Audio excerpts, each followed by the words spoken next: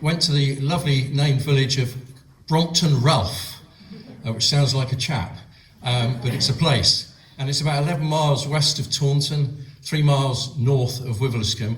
And I met Tom and Emma Fox. Tom is warden there. Emma was going to join us today. She's coming in to help lead the session this afternoon, which is called Leading Worship, but that's a bit of a misnomer, and Tom will describe exactly what they can do later on. She's been detained this morning because of rural life matters. Tom, would you explain, first of all, how was it that you and Emma came to move from Tunbridge down to West Somerset? Well, can you hear me now? Yeah. It was a response to a need. Our youngest child was just finishing at university, so we were free to move around, but my wife's mother was suffering from dementia. She was already a widow, and we needed to go and support her. So we moved to somewhere within 20 minutes drive of her farm. Fabulous. And Emma found work, didn't she?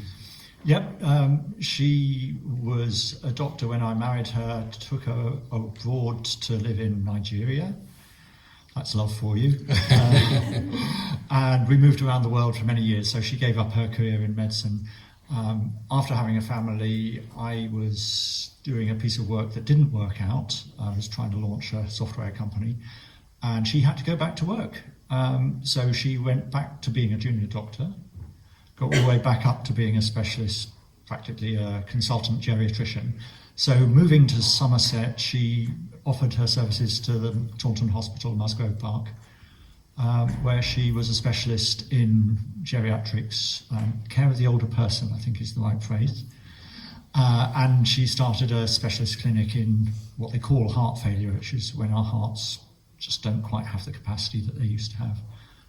So that's using a gift that she very clearly had. Thank you, Tom. And she will be talking about that this afternoon as well. So if you want to hear about living well and about dying well, she has some very interesting things to say and some very good books to recommend.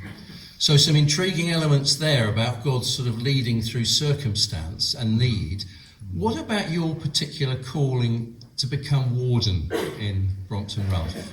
Well, the joke is this was a mistake. We'd been set on buying another house, that fell through for various reasons. So we got quite desperate. Our furniture was in storage for more than 6 months. Life was quite difficult, and the local rector introduced us to a couple who had tried to sell their house before lockdown. And he said, well, why don't you go and see them? So I went and saw them, had a cup of coffee, saw the house, phoned my wife who was at work and said, I think you need to come and see this house. Anyway, cut a long story short, we bought that house. The owner, she was the previous church warden.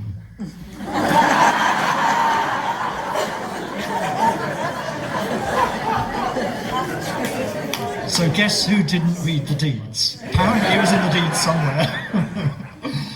So within 6 weeks of moving in, one of the pillars of the local community said, can we have a cup of coffee together? Well, that seems harmless. Would you like to be church warden? That's definitely not harmless. Thank you. What's been your greatest joy in the sense of specific calling that you've had in that role? I think the biggest joy has been the buzz of enthusiasm after a service.